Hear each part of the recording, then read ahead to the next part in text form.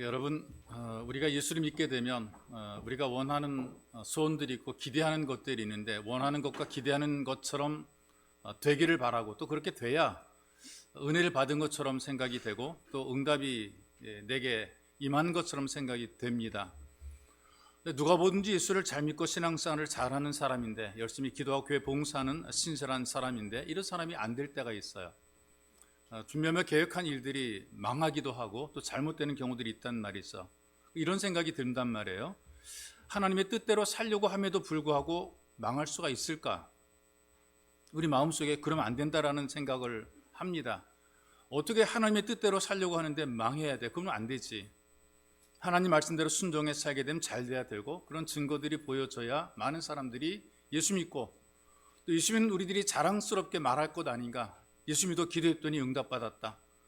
예수 믿었더니 잘됐다라고 하는 그 소리를 사람들에게 우리가 할 수 있으면 좋을 터인데, 근데 그렇게 못하게 되면 굉장히 주눅이 들게 되고 자신감이 없어지게 됩니다. 하나님의 뜻대로 살면 잘 돼야 되는데 안 될 때에 과연 그런 일이 있을까? 그런데 이런 일들이 우리 현상에서는 일어나고 있는 일들이 많단 말이 있어. 새벽기도 오시는 분들이 계시는데, 제가 새벽기도 오시면서 그 신호등 횡단보도를 건너시는 분들에게는 늘 좀 주의를 다시 한번 주고 싶은 것이요, 서두르지 말아라. 늦더라도 서두르지 말아라. 횡단보도 건널 때 전후좌우자 살피고 건너야 돼. 신호등 확실하게 확인하고 건너야 된다. 이런 얘기를 제가 종종 하고요. 또 너무나 추워 길이 미끄러울 때는 안 오셔도 괜찮거든요. 길 미끄러운 길 나서다가 넘어져 다치게 되면 오히려 더 안 좋습니다. 그래서 미끄러운 길 나서지 마시고, 그리고 새벽기도 오실 때에 횡단보도 건너실 때 늘 주의하시고, 신호등 있어도 주의를 해야 된단 말이죠. 왜냐하면 새벽에 일어나는 많은 사고들 가운데 새벽기도 오시는 분들이 사고를 당하는 경우도 꽤 많이 있습니다. 어머니와 딸이 새벽에 교회 가려고 집을 나섰어요. 교회를 가려면 횡단보도를 건너가야 되는데, 과속으로 달리는 엘란트라가 어머니를 치고 달아났어요. 뺑소니입니다. 딸이 놀라가지고 어머니 부둥켜 안고 살려달라고 손을 들어 구조 요청하게 되는데, 바로 그 뒤에서 타이탄 트럭이 과속해 오다가 그만 이 사람을 쳤어요. 둘 다 어머니도 딸도 함께 졸제 봉변을 당했단 말이죠. 이게 뭐 딴 데 놀러 갔다 오다 이렇게 그 봉변 당한 것도 아니고요, 뭐 술에 취해서 무단 횡단하다가 이런 사고를 당한 것 아닙니다. 남모르게 죄를 짓다가 이런 봉변을 당한 것도 아니고요, 예수 잘 믿으려고, 신앙생활 열심히 하려고, 여러분 새벽기도 나오는 그런 정도의 신앙 열심히 하려는 그런 마음이 있단 말이죠. 그러다가 사고당해 생명을 잃었어요. 물론 당사자의 영혼은 구원은 받았을 것입니다. 근데 제3자로 바라볼 때에 답답하죠. 어떻게 이런 일이 일어날 수가 있을까? 가족들도 아마 충격일 겁니다. 이 모녀가 출석하던 교회 목사님 성도들도 괴로울 겁니다. 어떻게 이런 일이, 하나님 앞에 믿음으로 신실하게 살려고 그러는 사람들이 이런 환난과 고통을 당할 수가 있을까? 괴로울 거란 말이죠. 이런 일들이 비단 이런 사건뿐 아니라 하나님을 잘 믿으려고 하는데도 불구하고 어려움을 만나게 될 때에, 그리고 고난이 있을 때, 실패할 때에 정신적으로 충격을 받게 되고 신앙적으로 위기를 겪게 되죠. 어떻게 이런 일이 일어날 수 있을까?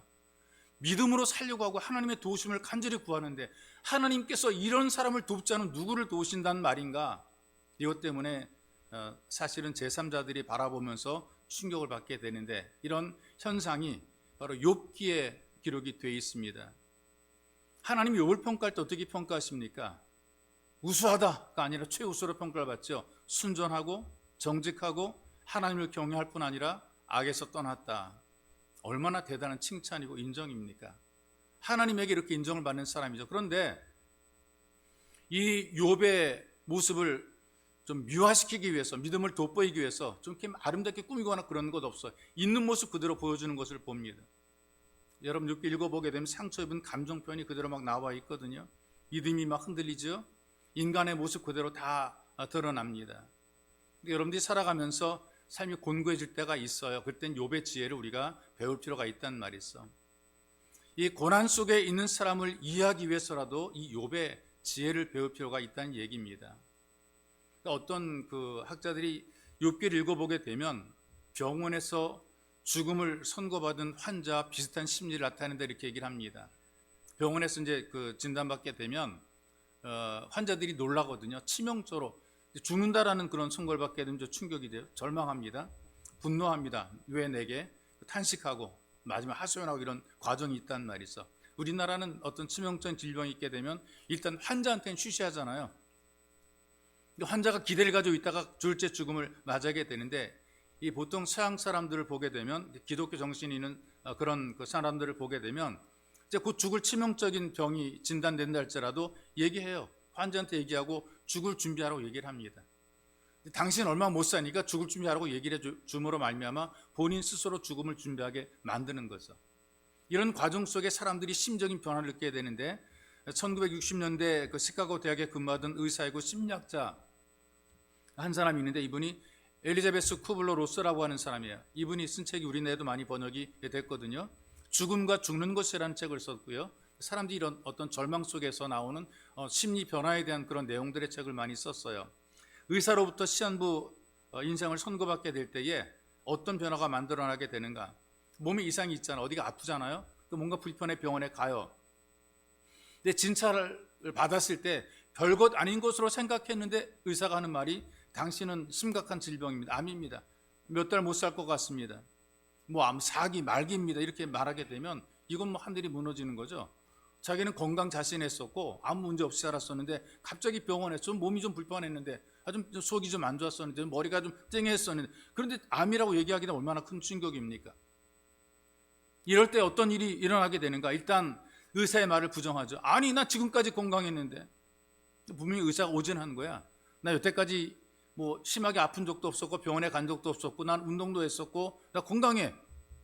그래서 자기 아무 문제 없었기 때문에 다른 병원에 가는 거예요. 이 병원에서 분명히 의사가 오잖아요. 그래서 다른 병원에 가서 확인했는데 거기서도 분명히 당신 오래 못 산다라고, 암 말기라, 죽음 얼마 남지 않았다 진단받게 되면 이제는 화가 나는 겁니다. 분노가 치밀어 오르는 것이죠. 아니, 왜 내가 이런 일 당해야 돼? 나보다 나쁜 놈도 잘 살고 나보다 믿음 생활 못하는 사람도 아무런 문제 없이 살아가는데, 내가 기도 열심히 하고 예배 잘 드리는 왜 내가 이런 문제를, 이런 화를 내가 당해야 돼? 마음속에 분노가 일어나서 하나님에게도 항의하죠. 하나님, 내가 기도를 안 했어. 헌금은 안 했어. 내가 예배 참석을 안 했어. 하나님이 계신 거예요, 안 계신 거예요? 막 들이댄단 말이에요. 그러다가 그런 분노가 꺾이게 되면 협상하게 돼요. 하나님께 협상합니다. 기도를 하면서, 기도하라고 얘기하니까 기도하면서 기도가 이제 협상의 기도가 나오게 되죠. 하나님, 나를 고쳐주면 내가 주님에 살겠습니다. 내가 내 재산의 절반을 내가 주님께 드리겠습니다. 심지어는 주님, 나 살려면 좀 신학을 공부해서 목사가 되겠습니다. 얼마 남지 않은 자기의 생애를 걸고 하나님께 협상을 하고 줄다리기를 하죠. 이게 안 될 때가 있잖아요. 물론 어떤 사람은 고침을 받기도 해요. 아주 정말 기적적으로 병이 낫기도 하는데, 그러나 다 그런 건 아니더라고요. 다 그런 건 아니에요. 죽음의 길로 계속해서 들어가요. 영적인 침체에 빠지게 되고, 이제 나는 죽는구나 라는 절망에 빠지게 돼요. 그러면 어떤 말을 해도 귀에 들어오지 않게 됩니다. 누가 무슨 말을 해도, 소망의 말을 해도 그 소망의 말들이 기쁘게 들리지 않고, 이제 나는 죽는다라고 스스로 내려놓고 죽음을 준비하게 되는 거죠. 주어진 죽음을 수용하게 되는 것입니다. 믿음이 좋았던 욥, 하나님 인정한 욥도요, 하늘이 무너지는 고통을 경험하게 되니까 심리적인 변화의 과정을 겪고 있어요. 그래서 우리가 욥기를 통해 몇 가지의 중요한 교훈을 얻게 되는데, 그 중에 하나가 뭐냐 하면 고난 속에서의 삶을 목격을 하게 됩니다. 믿음으로 살아도, 그 사람이 신실한 사람이라도 때로는 심각한 고난 속에 빠질 수 있다. 이걸 통해서 엄청나게 상처를 받게 됩니다. 이 고난이라고 하는 것이 사람에게 몸만 아프게 만드는 게 아니라 마음에도 깊은 상처를 남기는 거죠. 우리는 트라우마라고 얘기를 하고 후유증이라고 얘기를 하게 돼요. 수술 후유증, 질병 후유증 얘기하게 되는데 괴로운 거예요. 수술을 받고 그 느낌이 좋은 느낌을 갖고 있는 사람 아무도 없잖아요. 찬 수술대 위에 그 느낌이 얼마나 기분이 안 좋습니까? 근데 그런 느낌들이 사람에게는 어떤 트라우마로 남게 되는 거거든요. 근데 심각한 고난이 많을수록 상처가 심각해져 절망에 빠지게 돼요. 욥기 3장에 보니까 21절에 너무나 죽고 싶어요. 그런데도 죽고 싶지 않을 만큼, 죽어지지도 않을 만큼 절망한 거죠. 죽고 싶은데도 못 죽는 거예요. 이게 더 괴로운 거예요. 이 욥이라는 사람이 지역을 대표하는 재벌 총수잖아요. 동방에서 제일 큰 부자라 그랬단 말이죠. 동양의 사실은 재벌입니다. 이름만 들어도 알만한 그런 엄청난 재벌 총수거든요. 근데 다 사업이 부도가 나버리고 말았어. 다 잃어버리고 말았어. 사업이 망했습니다. 가정도 깨졌습니다. 자기도 병으로 자기도 망가지고 말았어요. 이 충격이 얼마나 컸는지 성경에 보니까 말문이 열리지 않았다 그랬어요. 얼마나 기가 막히는지 8일 동안에 말을 못하고 멍하게 있었단 말이에요. 충격이 심하게 되니까 실어증이래, 실어증. 말이 안 나오는 거예요. 그 말문이 열렸어요. 처음에 무슨 말 한 줄 아십니까? 자기 생일을 저주해요. 내가 왜 태어났는고. 말문이 막혔다가 말문이 열릴 때 내가 왜 태어났느냐. 더 이상 살고 싶지 않다가 아니라 내가 왜 태어났을까. 이제 그래도 말씀을 쭉 묵상해 보게 되면 무엇을 느끼냐 하면, 그렇다 그래서 하나님에 대한 부인하거나 어떤 신앙을 저주하는, 하나님을 원망하는, 저주하는 그런 절망은 아닌 거죠. 그렇게 왜 태어나느냐고 자기의 생애에 대해서 참 절망함에도 불구하고 하나님이 계신 것은 알고 있더라고요. 하나님이 계시긴 하는데 내가 당하는 고난이 너무나 크니까 이게 슬프다. 여기에 절망을 하는 거란 말이죠. 믿음이 좋은 사람 절망하지 않을 거야.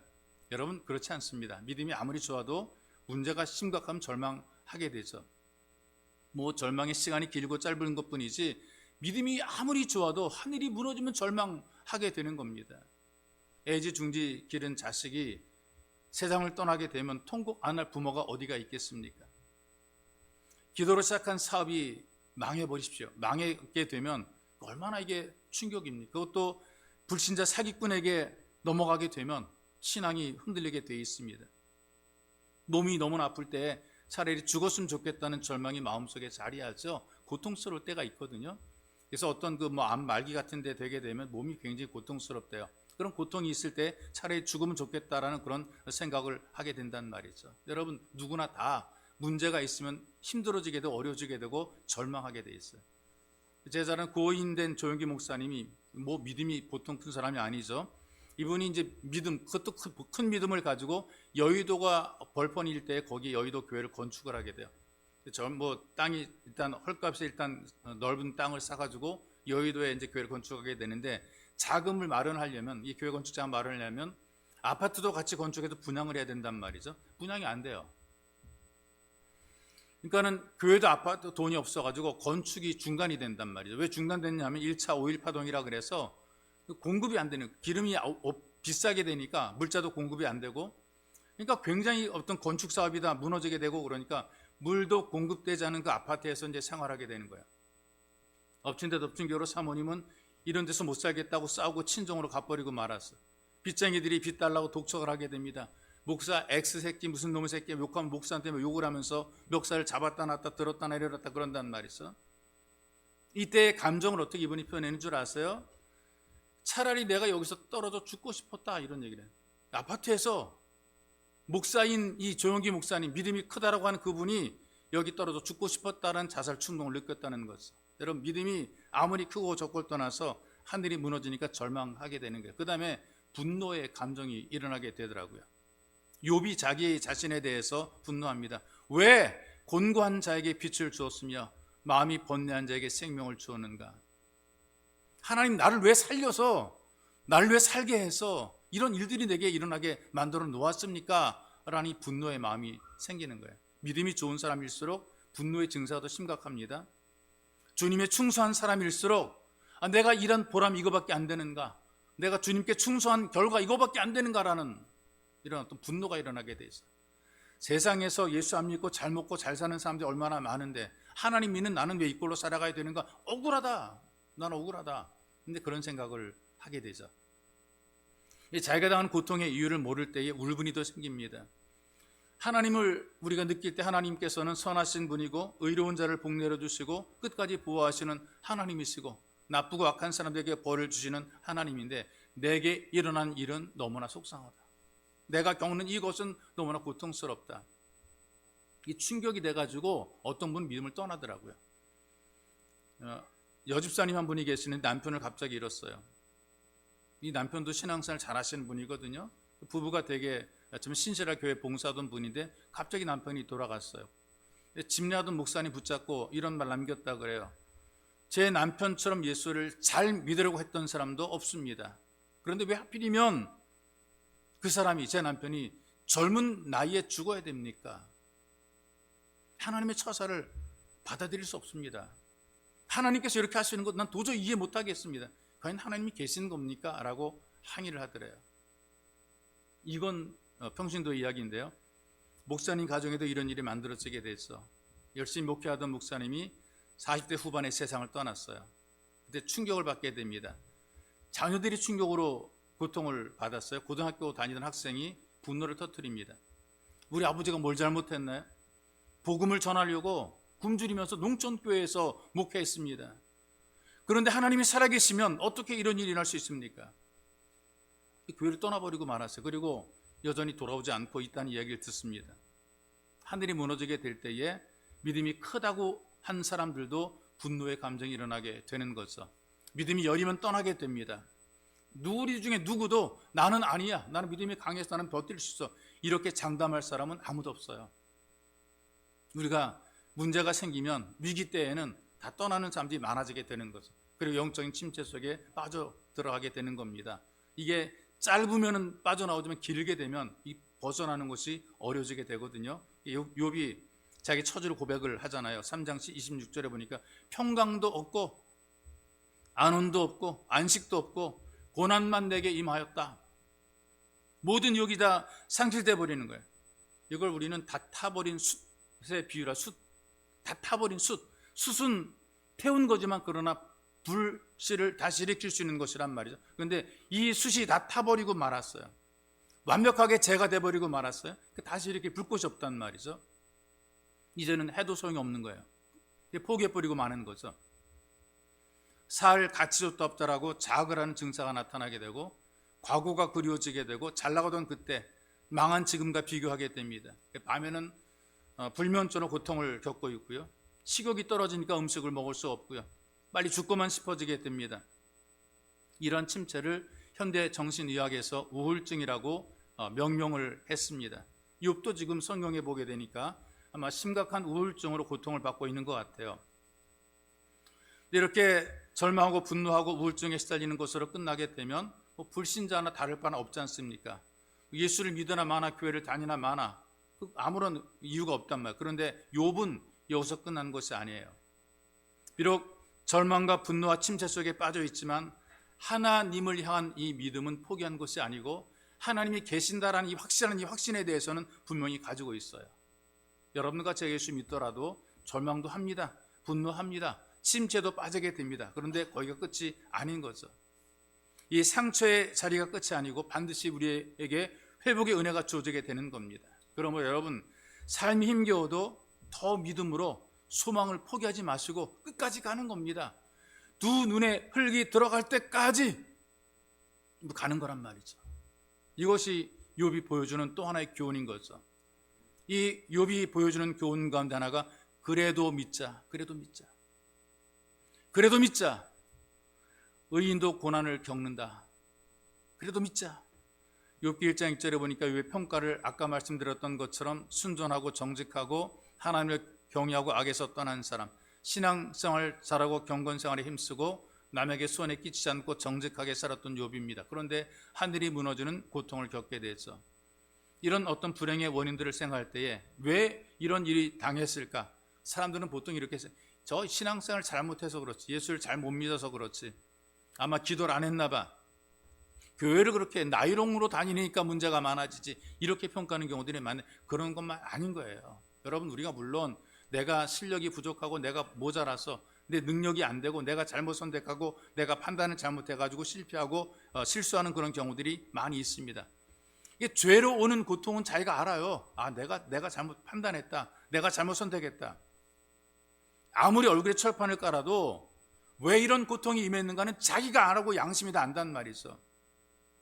이제 이렇게 여러분들에게 말씀드리고 싶은 것은, 우리가 불순종하면서 잘 되려고 하거나 또 불순종해도 잘 되는 것은 이건 좋은 거 절대로 아니고요. 더 큰 실패가 만들어지게 되는 거죠.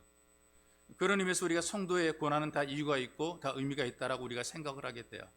그래서 우리가 당하는 고난과 아픔도 결국은 하나님을 향하게 만든다는 것을 우리가 배워야 됩니다. 그래서 우리가 어떤 경우에서도 하나님을 원망해서는 안 된다는 것을 또 욥을 통해서 배우게 돼요. 1장 22절에 이 모든 일에 욥이 범죄하지 아니했다, 하나님 향해서 원망하지 아니했다, 이렇게 얘기를 합니다. 그렇게 망하고도 자기를 망하게 하신 하나님 원망하지 않습니다. 죽고 싶은 절망 가운데 있음에도 불구하고 절대로 하나님을 향해서 원망하지 않더라는 거예요. 그리고 이런 고백하잖아요. 주시는 분도 하나님이시고 거두시는 분도 하나님이시다. 욥의 유명한 고백 여러분들이 아시죠? 내가 모태에서 알몸으로 나왔사온즉 또한 알몸이 그리로 돌아가올지라. 주신 이도 여호와시요 거두신 이도 여호와시오니 여호와의 이름이 찬송을 받으실지니이다. 하나님 앞에 예배의 자의 마음을 버리지 않고 살아가는 것을 목격을 하게 돼요. 여러분들이 주인인 것처럼 살죠. 내가 다 하고 싶은 대로 하는 것처럼 살고 내 판단, 내 결정이 옳은 것처럼 살아가는데 진짜 주인은 따로 있다는 얘기죠. 우리가 요구할 권한이 없습니다. 하나님 향해서 원망할 권리도 없는 거죠. 주시고 거두시는 것도 다 감사한 일인 거죠. 하나님의 절대 주권을 믿는 우리 믿음인 거예요. 하나님이 하신다라는 이 믿음을 가지고 있는 우리들의 신앙 고백인 거예요. 어떤 경우에도 하나님 원망할 이유가 없다는 것을 배우게 되고, 또 하나는 상처는 건들수록 아프다는 것을 배우게 돼요. 여러분, 우리가 주의해야 될 부분도 이런 것인데요. 욥이 망했던 소식을 듣게 되었을 때에 친구들이 그 사업가였었고 어떤 기업가의 대표였으니까 많은 사람들이 듣고 이제 그 교제했던 사람들이 몰려오겠죠. 다 대단한 사람들입니다. 지역에서 대단한 사업하는 사람들, 정관계 유명한 인물들이죠. 이분들이 왔어요. 근데 이 친구들의 위로가 오히려 욥에게 고통이 됐어요. 돕겠다는 그 마음은 우리가 다 공감합니다. 친구를 도와야지, 어려움 당한 친구를 우리가 신방해서 도와줘야지, 그런 마음 다 이해돼요. 그런데 우리가 도울 수 있는 것들도 한계가 있더라고요. 못 돕는 일들이, 돕고 싶은 것보다 못 돕는 일들이 훨씬 더 많은 거죠. 도우려는 좋은 마음을 가지고 있는 것은 정말 귀한 것인데, 근데 오히려 상처를 주고 실패하는 이유들이 있더란 말이에요. 왜 실패하고 상처를 주는가? 도울 때 이런 마음으로 도우면 실패하게 됩니다. 내가 너보다 좀 낫다, 배운 것도 낫고 가진 것도 더 많이 있고, 내가 신앙생활 더 많이 했고, 내가 경험도 더 많이 있고, 내가 충분히 너를 도울 만한 능력이 있어라는 마음으로 도우면 상처가 되는 거예요. 좀 누군가를 가르치려고 하면 이 상처가 되는 거예요. 나는 그렇게 안 살았어, 너 나처럼 살아가야 돼, 이렇게 하게 되면 이건 실패가 되는 겁니다.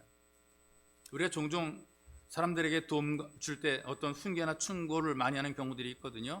막 고민하는 그런 사람들에게 이렇게 해, 저렇게 해, 너무 쉽게 이렇게 해봐 저렇게 해봐 이런 말 막 해줘요. 여러분, 이렇게 말했던 것이 오히려 혹을 떼는 게 아니라 혹을 붙이는 경우들이 너무나 많이 있습니다. 여러분, 이런저런 말 하지 마시고 그냥 가만히 들어주는 것도 훨씬 더 나은 경우들이 있다는 말이죠. 그냥 들어주고 기도해 주는 것이 더 나은 경우들이 많더라는 거죠. 근데 말이 많을수록 상처를 건드리게 되고 오히려 더 상처를 받게 되는 것입니다. 그런 의미에서 함께 사는 타인이 있다는 것도 이 말씀을 통해서 배울 수가 있어요. 함께 산다고 해서 진짜 함께 사는 거냐? 그건 아니더라고요. 함께 살아도 함께 사는 게 아니란 말이죠.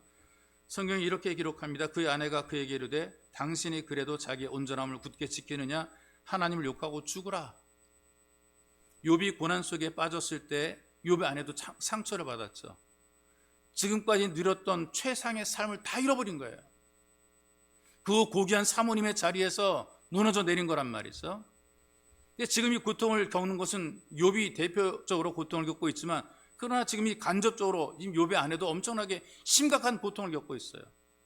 상처를 엄청나게 많이 받은 거란 말이죠. 근데 그런 현실에서 남편이 욥을 보니까 앞뒤로 꽉 막혔어요. 대책이 없어요. 어떻게 풀어나갈 방법을 말하지 않고 그냥 이런저런 탄식만 하고 친구들의 말도 듣지도 않고 있어요. 이런 욥을 믿음이 없는 눈으로 바라볼 때 복장이 터진다. 이런 어떻게 이 사람 이거 앞뒤가 너무나 이런 인간을 내가 지금까지 믿고 살아왔어? 이게 도대체 남편이란 인간이야? 대책이 없잖아. 아무런 대책이 없는 거예요. 믿음이 없이 바라보게 되니까 속 터지는 거예요. 이거 무슨 말입니까? 제발 내 속 터지게 하지 말고 빨리 죽어라. 속 터지게 하지 말고 빨리 죽어버려라. 욥의 아내가 함께 있는 타인이죠. 그날 그 이후로부터 욥이 고통으로 밤을 지새울 때에, 죄를 무릅쓰고 옷을 찢을 때에, 친구들로부터 무차별 공격을 받을 때에도 아내는 곁에 없었어요. 기왓정으로 자기 몸을 긁을 때에 손이 안 닿아서 긁지 못하는 그것도 있지만 기왓정으로 자기 몸을 긁을 수밖에 없는 그런 처지. 욥의 아내는 더 이상 필요 없는 존재가 된 거죠. 멀리 있어도 가까운 사람들이 있어요. 멀리 있지만 늘 가깝게 느껴지는 그런 사람들이 있어요. 그런데 가까이 있지만 먼 사람들이 있단 말이죠. 같은 믿음이 아니면 타인입니다. 같은 목적과 같은 방법으로 또 같은 방향으로 가지 않으면 결국 타인이 된다는 것을 이 말씀이 우리에게 보여주는 것입니다. 그렇기 때문에 더욱더 우리에게는 하나님밖에 없다, 이걸 깨닫게 되는 겁니다. 욥이 믿음이라는 줄 하나에만 매달려 있어요. 사람들이 볼 때 대책이 없는, 앞뒤가 꽉 막힌 정말 한심한 인간이지만 그러나 오직 믿음의 줄 하나 붙잡고 있더라고요. 하늘이 무너지는 절망, 고난이 있습니다. 무엇을 잡겠습니까? 이 잡을 게 없으면 깔리게 돼 있어요. 그런데 믿음의 줄에 매달려 있으니까 하늘이 무너질 때 솟아날 구멍이 있는 것이 있어요. 욥이 고통스럽고 하늘이 무너질 때에 절망했어요. 분노도 했어요. 침체에 빠졌어요. 그래도 믿음의 줄만큼 붙잡고 있더라고요. 왜 이런 일이 일어난지 알지 못합니다. 그래도 불구하고 믿음의 줄을 붙잡고 있는 거죠. 이것이 욥기 23장 10절의 말씀입니다. 내가 가는 길을 그가 아시나니 그가 나를 단련하신 후에는 내가 순금같이 되어 나오리라. 믿음의 줄에 매달려 있으니까 이런 소망을 가지고 하나님 앞에 고백도 하고 사람들에게 자기 믿음을 보여주는 것입니다. 여러분 살아가다 보게 되면 왜 이런 어려움들이 내게 있는지 모를 거예요. 왜 이런 고통이 내게 있는지 모를 수 있는 것들이 있어요. 물론 여러분들이 아는 것들은 내가 잘못됐다, 내가 실수했다, 내가 판단을 잘못했다, 이런 것들이 느껴질 수 있겠지만 전혀 이유도 알 수 없는 그런 고난이 오게 될 수 있다면 절망도 하게 되고 화딱지 나게 되고 의욕도 상실되는 그런 일이 있단 말이죠. 그런데 이거는 기억하십시오. 하늘이 무너질 때 믿음의 줄을 잡고 있으면 솟아날 수 있다. 이게 바로 욥의 믿음인 것이고 이것이 하늘이 무너질 때 솟아나는 비결이 되는 것입니다. 그러니 여러분 어떤 일을 만나든지 더욱 믿음의 사람이 되시기를 주님의 이름으로 축복합니다. 그리고 또 하나 더욱 큰 은혜가 주어지게 돼요. 끝까지 믿음의 줄을 붙잡고 있으니까 솟아나는, 하늘이 무너져도 솟아나는 이런 은혜를 누리게 되어 있거든요. 그래서 갑절로 회복이 되는 은혜가 주어지게 돼요. 자, 욥에게 마지막 남은 것이 있다면 하나님 향한 믿음이란 말이죠. 마지막까지 가진 것도 하나님 향한 믿음입니다. 욥에게 믿는 것은 다른 것 아니라 이제는 오직 하나님밖에 없다. 근데 그 욥이 믿는 하나님, 바로 그 하나님께서 욥을 회복시켜 주는 겁니다. 어떤 것을 회복시키는가? 믿음이 강하게 회복이 되더라고요. 욥기 42장 5절 6절에 이렇게 얘기를 합니다. 내가 주께 대하여 귀로 듣기만 하였사오나 이제는 눈으로 주를 배움나이다. 듣기만 했던 하나님이 눈으로 보여지는 놀랍고 기적적인 체험들을 하게 되는 거죠. 절망과 좌절과 배신과 슬픔을 겪으면서 욥의 신앙이 체험적인 신앙으로 회복이 됩니다. 아무리 깨끗하게 살았다 할지라도 하나님 앞에 서니까 자기가 죄인인 것을 깨닫게 된 것을, 그리고 하나님만이 이것을 회복시킬 수 있다는 믿음을 가지게 됩니다. 어떤 사람들은 자기가 좀 이 땅에 살아가면서 돈 좀 벌고요, 소위 말하는 숏가루 좀 만지게 되고 좀 승진하게 되고 또 일도 좀 많아지게 되고 인정받게 되니까 신앙이 죽어가는 그런 사람들이 있어요. 그런데 욥처럼 이 고난 속에서, 절망 속에서, 패배 속에서 신앙이 살아나는 그런 사람들이 있어요. 믿음이 죽으면 다 죽는 것입니다. 믿음이 살면 다 살아나게 돼 있어요. 그래서 여러분 다른 모든 것보다 신앙이 회복되는 게 중요한 거예요. 믿음이 회복이 되게 되면 경제도, 가정도, 직장도 회복이 되는 이 놀라운 역사가 만들어지게 돼 있습니다. 예배의 자리가 더욱더 큰 믿음으로 회복이 되는 자리예요. 여러분들이 앉아서 예배를 드리면서 하나님이 주시는 은혜를 통해서 더욱더 큰 믿음으로 회복이 되게 되면 다른 모든 것들이 회복이 되어 있습니다. 그리고 관계를 회복시키시는 모습을 봅니다. 우리가 읽었던 말씀 그 42장 9절에 보니까 욥에게 상처를 줬던 친구들이 찾아와서 화해를 하는 장면이 기록이 되어 있잖아요. 11절을 보니까 가족과 일가 친족들이 찾아와서 이제 관계를 회복해요. 여러분 사람이 망하게 되고 무너지게 되니까 가족도 일가 친족도 다 멀어져 버리고 마는, 못 보는 거예요. 그 꼴을 못 보겠는 거예요. 완전히 망해져 버리니까 안 오는 거예요. 그런데 다시 회복이 되니까 그들이 다 찾아와서 관계가 회복이 됩니다. 무너졌을 때는 거들떠 보지 않았던 형제와 자매와 친지들이 온 거란 말이에요. 그들이 위로하고 함께 선물을 전달하는 이런 축하 의식을 행하는 것이란 말이죠. 여러분 우리가 이 땅에 살면서 관계를 떠나 살 수 없습니다. 뭐 싫든 좋든 혼자 살고 싶어도 친구들과 이웃들이 있는 거란 말이죠.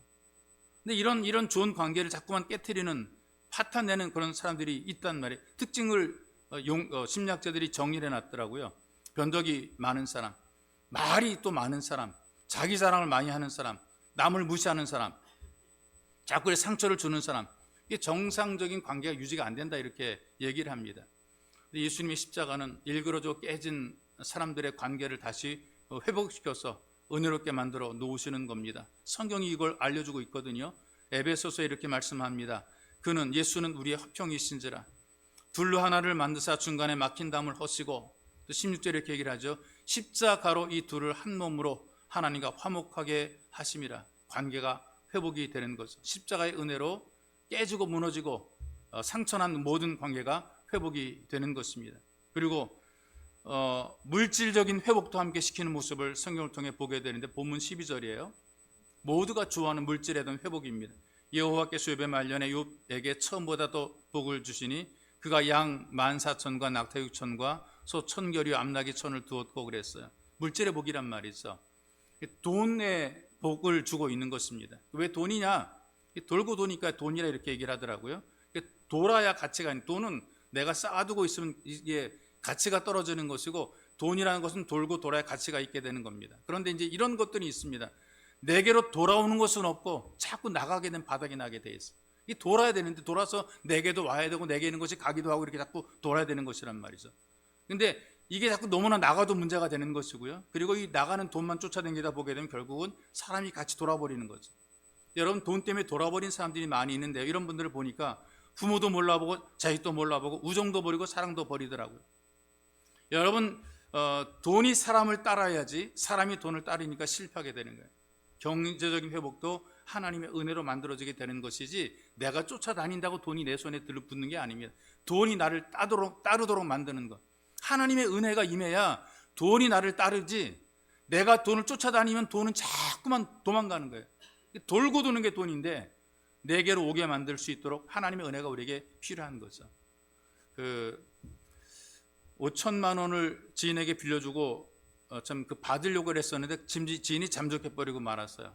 돈을 빌려준 사람이 너무나 기가 막힌 거죠. 믿음이 좋은 분인데요, 집사님이신데요, 떼인 분입니다. 어디론지 잠적해 몰라가지고 5천만 원 큰 돈이기 때문에 이 사람을 추적을 해봤는데 도대체 찾지를 못했어요. 하다못해 그 흥신소라 그래 사람 찾는데 맡겨가지고 좀 찾아보라고 했는데 그 사람들도 못 찾았어요. 새벽마다 저주하면서 기도합니다.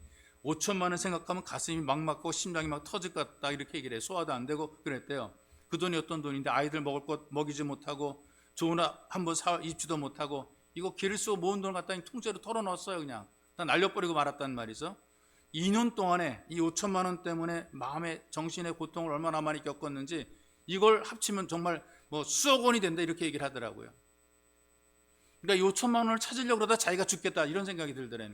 차라리 그냥 잊어버리고 말지, 그냥 다 쳐먹어라, 그냥 줘버리고 말지, 이거 찾아내려고 그냥 저주하고 욕하기도 하고 그놈의 이놈 저놈 하고 막 이러니까 자기가 죽겠더래. 그래가지고 기도를 바꿨대. 하나님, 그 사람 잘 되게 만들어 주세요.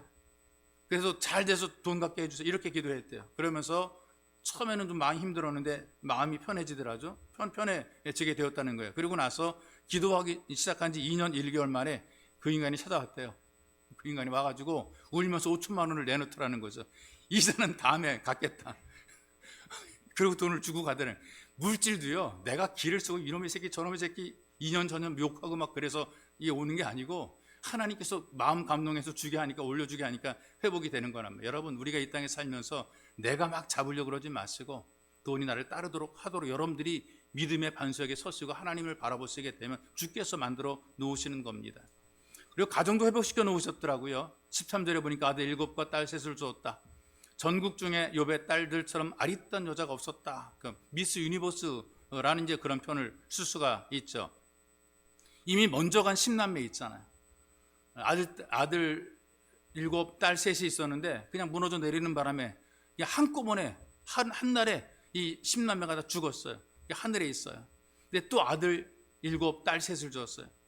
버리고 간 아내도 있어요. 그런데 힘들고 어려울 때 함께 해주는 아내도 있는 거죠. 더욱 믿음으로 살았더니 사라진 가정이 더 회복이 된 겁니다. 건강도 회복시켜 놓으셨어요. 16절에 보십시다. 욥이 140년을 살며 아들과 손자 4대를 보았고, 여러분, 아파서 고통스럽게 몸을 긁었던, 기와장으로 긁었던 욥인데 140년을 살면서 아들과 손자 4대를 보았다. 할아버지 소리만 들으니 고조 할아버지, 증조 할아버지, 고조 할아버지 소리를 들으면서까지 살았던 거죠. 병이 나았으니까 140년 장수한 것 아니겠습니까? 여러분, 미국의 대학에서 연구한 게 있습니다. 일주일에 한 번씩 교회에 예배에 참석하는 사람이 예배에 참석하지 않은 사람보다 7년을 더 생존했다, 이렇게 통계를 냈더라고요.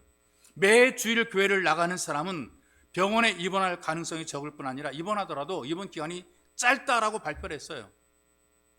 그리고 4,000명을 대상으로 조사를 했는데 예배에 정기적으로 참석하는 사람들은 우울증에 걸리는 경우들이 적다. 이게 무슨 말이냐면 현대 과학도 건강을 유지하는 비결 가운데 하나가 하나님의 은혜와 믿음에 있다는 것을 증명했어요.